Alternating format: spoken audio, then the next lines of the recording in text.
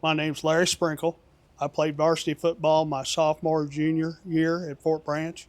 I graduated in 1975 from Gibson Southern. My position was offensive tackle. One of my memories with playing at Fort Branch was in the locker room, believe it or not. The odor of the locker room. But it's fun and games in there, but when the team hit the field, it was all business. And probably one of my favorite things to do was play bull in the ring during our two-a-days. Absolutely loved the contact. A lot of other memories, but I'm going to let somebody else take off with that. Hi, my name's Rick Wilson, and I played senior year, junior year, sophomore year, and a couple of games in my freshman year. One year, my freshman year, there was 3 Wilson boys on the team. Tim, Greg, and myself. One of my best memories was the Candleton game, where we had to play on half the field because the other half of the field was flooded. They would actually try to stop us at half field and make us turn around and go back the other way. They would actually call the ball dead. However, there was one time I didn't let them do that. I ran it into the end zone and spiked it. My name is Don Johnson. I graduated in the class of 74. I played varsity football my 4 years in high school, but I really didn't play till my junior and senior year. I was pretty small. I was a wide receiver, and a lot of good memories, just a little bit of everything. I don't know. To name one is kind of hard to do, really, but one really good memory I had was the year we won. We were playing in Huntingburg. It was our final game, and if we won the PAC, and we did win. And like our field, it was half on a ballpark or ball field. So half of it was mud. and after we got done, Barry Kramer, he takes off running and just does a head dive into the infield, just and slid as far as it could slide. Well, we all followed suit. So every one of us did it. Well, the thing about it was the ball field was at the park like our field was, and we had to take the chartered bus back to the gym. The bus driver was not happy, and so we all had to sit on tiles and somewhat clean up. That was the best we could, but it was pretty nasty, but it sure was a good time. My name's Dave Kiesel. I played, like Donnie, played varsity football for 4 years. Graduated in 1974 from Fort Branch. Played defense and offensive tackle. I got a lot of memories of the locker room and a whole lot of memories that I can't tell on tape. But one of them about this game Donnie's talking about, because I remember I was right behind Barry, and we were, I mean, the mud was just dripping off of us. And Jack told us on the way home if we ever did that again, the next ball game, we'd be going in a livestock truck. So I just wanted to add that to the story because he really did say that. He said, we'll go in a livestock truck next time. So we won't take no bus. So Yeah. He was happy we won the PAC. yes, he was, and we were too. But we got back to the gym. We actually wore uniforms into the showers to get the mud off of them. I remember that, bad. shoes and all. Yeah. Shoulder It was pad. bad. What I remember about 2 days was as we took our water breaks, we also had to take our salt pill breaks. And it wasn't just 1 or 2 salt pills, it was a handful. And the coaches would actually be standing there making sure that you grabbed more than just 1 or 2 salt tablets. And they were really big on, you have your salt yet today? They pushed them. I never had trouble with cramps, but a lot of guys did. So but I didn't do a lot of running either. So I didn't usually have trouble with cramps, but I don't know if it was the salt pills or. There was a time when Jack got mad. We all wore the great big high socks, and he got mad and he said, "Take them down to your ankle. We don't need them anymore. Those were just for show. Once we start the game, take them down to your ankle or take them off." And he was I think the thinking, next year they bought shorter socks. yeah, and They he bought was game thinking socks, That what was they were. causing the cramps. Yeah. So And nowadays you wear compression socks. yeah, and you got to wear compression. Yeah. Well, you know, everybody kind of dreaded two-a-days, but I think looking back on it, we all loved it. You know, It was just part of it. it was Yeah. part of it. Yeah. You got out there in the morning, there was still dew on the grass, and they'd have you roll around, get you all itchy, you know, get you aggravated. Then we'd break off and do drills, linemen, backs, ends, you know, do drills, and then we'd come together. And that's the one thing about Jack. He was very particular in how he wanted a play run. He wanted, if Rick was the quarterback, he wanted him to take 2 steps and then hand the ball off. He didn't want him to take a step. I mean, he was very particular on run it again, get on the ball, run it again. And if we was running an option, especially, that was tough to practice and to do.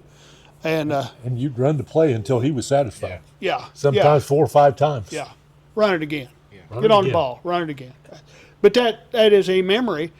But that's why I think he was a good coach, because he just didn't halfway something. He wanted it done his way, and he was right. And everybody respected that man. He lived football. He did. That's all he did in class was drawing football plays. Yeah, He'd give you an assignment to read a chapter. He's busy doing drawing football plays. if you asked anybody that played for Jack, you wanted to please him because you just had that much respect for him. Yeah, there just wasn't hardly anybody that didn't like him. No. I'm not sure exactly why, but they just, some of the other coaches, there was different guys didn't care for him. But Yeah. if you ask them if they like Jack, oh yeah. Yeah. And I've been throughout the years around different places. Oh, you played at Fort Branch, played at Gibson Southern? Yes. Oh, you played for Jack? Yeah, and they'd smile. Sure did. You know, they all knew who Jack was. I'll tell you one good story about 2-a-days in practice. I don't know, somewhere about second or third week of the season, they always had a horse show out at the park. Kiwanis. You go out there, and there'd just be piles of horse shit out in that outfield. And You had to if that's do where it. you were supposed to be, you laid down in it. I mean, yeah. And yeah. Oh, and or even when you wasn't around it, you lay down and, oh, that stinks. Yeah. You know, we're in the huddle, and yeah, we'd run. You know, I don't know what quarter it was. Don't know who we was playing. It was his home team there, and I noticed Tom was all bent over, doubled over. I went over, and Tom, you all right? Yeah, I'm okay. He looked up. He had mustard on his face. He was eating a bologna sandwich. It's like, Tom. And yeah, he kept things stirred up, that's for sure. But I have to admit, you know, like I say, talking about all this, we were all of us guys were family.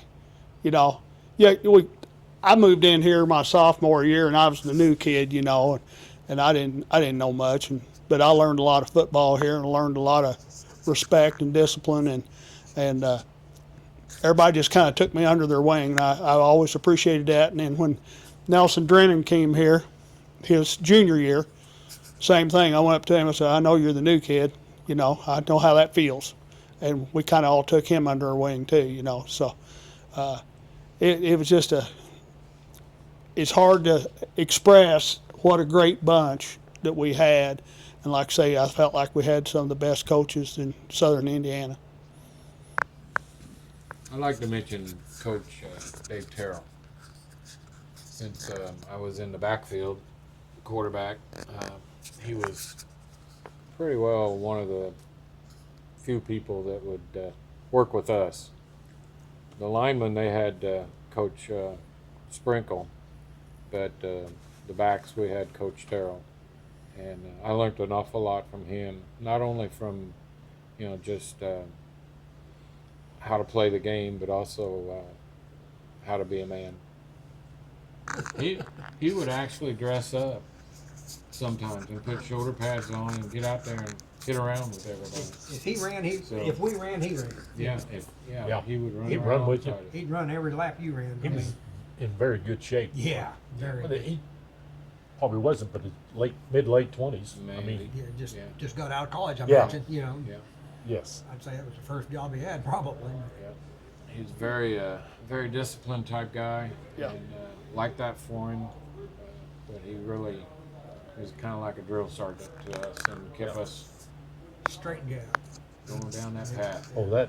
Yeah. When we get together on the sidelines and do that, he's the one that Oh, led yeah. that, where you pat your head. And, Yeah. All the quickness stuff. oh my God, that was fun. Yeah. And he was quick. Yes. He was. Oh He yeah. was very quick. And if you watched it from a distance, it was impressive Yeah. Yeah. because it was boom, and if you got out of time, he knew it. Well, he He'd He- call you out. He told us that. he would call you out. Well, of course, like I say, I was a new kid my sophomore year, and he told me the first day of 2 days, he was very nice in the locker room. I'm like, this guy's a real nice guy, And he called me out in front of the whole group, and I didn't know hardly anybody. And he told me, so just because we got the same last name don't mean I'm going to be easy on you. Well, all right, here we go. And he did. He was pretty well up my butt all the time. And I finally went in the locker room one day in the coach's room. Jack was sitting there, Dave Terrell was sitting there, and I walked right up to his face and I said, hey, what's the deal here? I said, you're up my butt all the time. He said, that's a good thing. Because he said, if I quit, he said, I'd give up on you. But he said, I see you got a lot more to go. And he got it out of me. He sure did. He got it out of everybody. Yeah. Yes, he did. Yeah, he It did. didn't matter. But that was his way he of was good at answering that. my question. Yeah. He was good. Yeah, I liked it. Him and Terrell. I had it kind of rough because Jack was my next door neighbor. Yeah, he just lived across the street from you, So didn't he? there was a lot of times that we'd be out playing in the yard or whatever, and he was out there watching or making sure we didn't get hurt or something like that. And it was kind of rough growing up in that neighborhood because it was, but a lot of fun. We played all sports and everything. And, he would watch out for you as you were out there playing around in the neighborhood. If he wasn't watching his films in the basement, that was the other place he was. I think I remember him calling me in once or twice to sit with him as he was going through some of the previous year's films, and Rick, this is what you need to do, type of thing. Story I guess I got that I was telling everybody earlier during one of our practices out the park, and the B team, we all had to play defense or play against the varsity in practice. Jack coming up to me this one time, and again I was one of the smallest guys on the team, but Jack come up to me and he said, Donnie, he said, you got to get in there and get the quarterback. That's your job. Go for the quarterback. Well, I did, and the reason he wanted me to go for the quarterback is because Dave Schmidt and Mike Robeson was going to do a post block on me. And they did, and knocked me out cold. They just drug me off the side of the field and left me there and went on with practice. And after a while, I came to, and Jack saw me get up. They played a few more plays. Then Jack come over to me and he said, Donnie, are you ready to do that again? I said, yes, sir. I did it again, and so did they. Knocked me out the second time. Cold. I mean, I was out. They drug me off the side, just kind of dumped me. And those two guys were brutal. They were some of the With- best linemen we had. Yeah. I played right beside Yeah. them. And Both of they them. went on with practice with me out cold. Nobody ever cared a thing until I came to. I thought, Jack said, "You done a good job." And I said, "Well, so did they."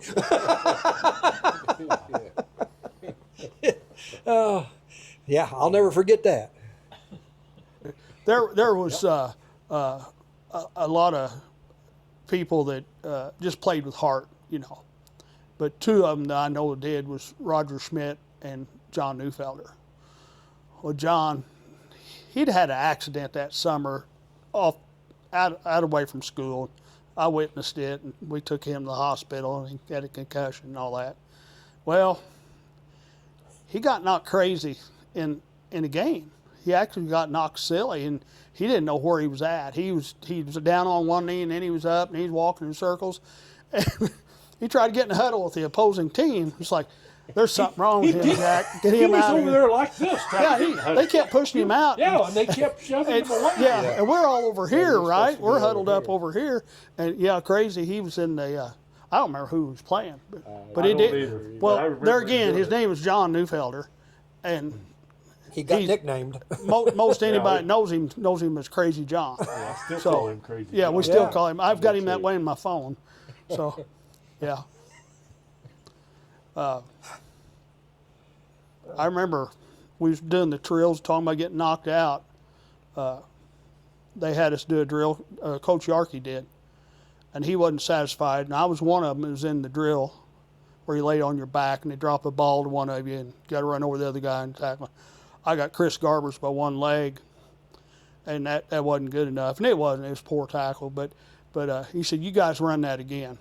Well, Chris hit me in the back of the head with his fist or kicked me or something. I don't remember. But anyway, so I was mad now, and we run it again.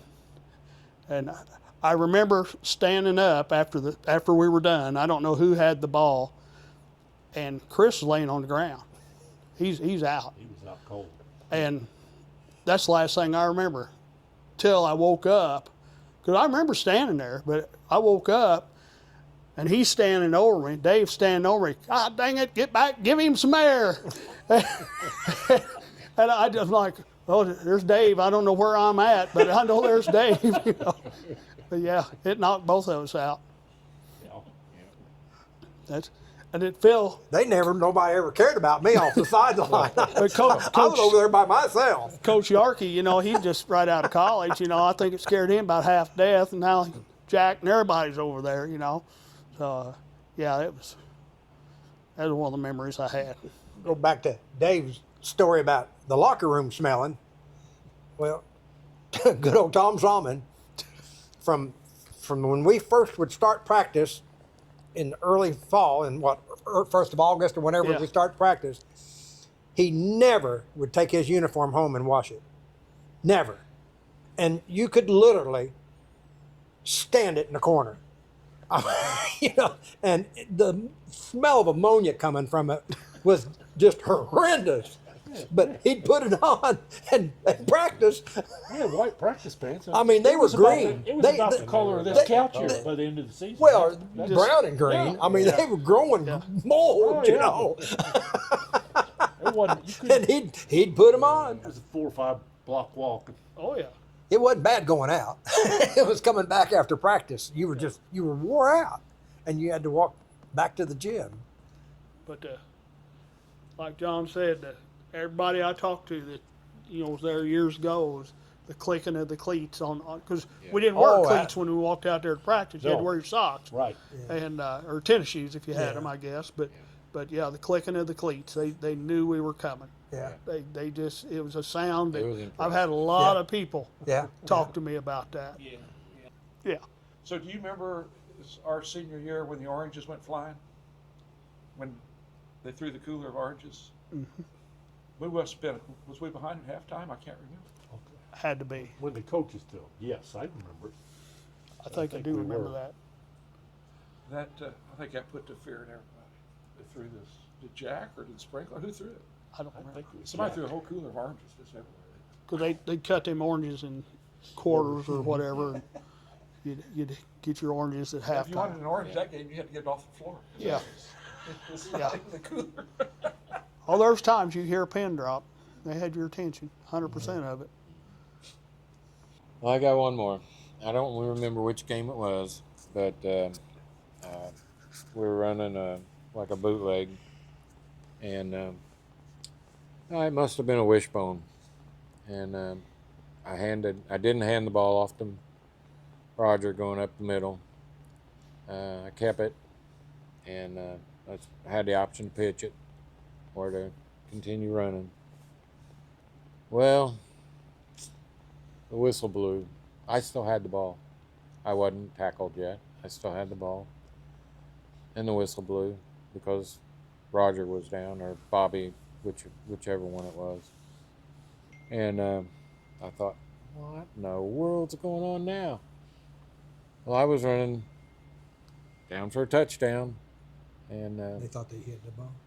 because I hit the ball so well, they called Called down. the ball down. But They thought the fullback had the ball and blew their whistle and called him down. So they got And- away with that whistle then. Yeah, whenever I came back, The whistle blows. all I of the remember it. referees came to me and said, "We are really sorry that we did that to you." But I had a touchdown, and all of them came back and said, "We're really sorry that we missed the ball. That we thought it was on the inside and you had it outside." Because I had hit it on my hip and did a little bit better job than what I usually did. And we were out there with the pitch man, and the pitch man was going to give me a block, and I was in the end zone. And we're talking probably 50-yard line or something like that. But Yeah. it come up with an unbalanced line, and I think we went unbalanced left, so that left me being the tackle as the last person on the right hand side line. No tight end, nobody else there.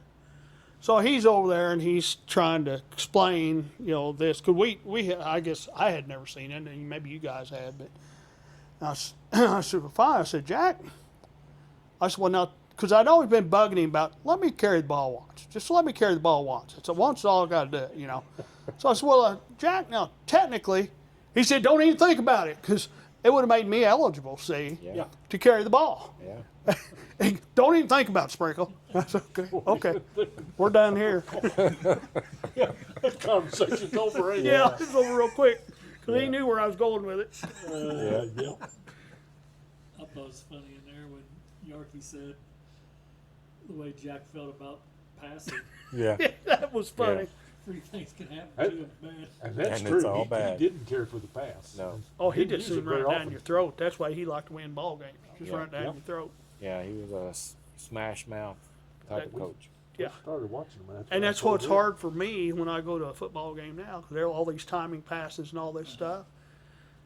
It's not what we did. Yeah. If you look at the playbook, it was a fly in or a fly. Yeah. It wasn't really. Yeah. There was no trips right. That's why I was Trips wide receiver.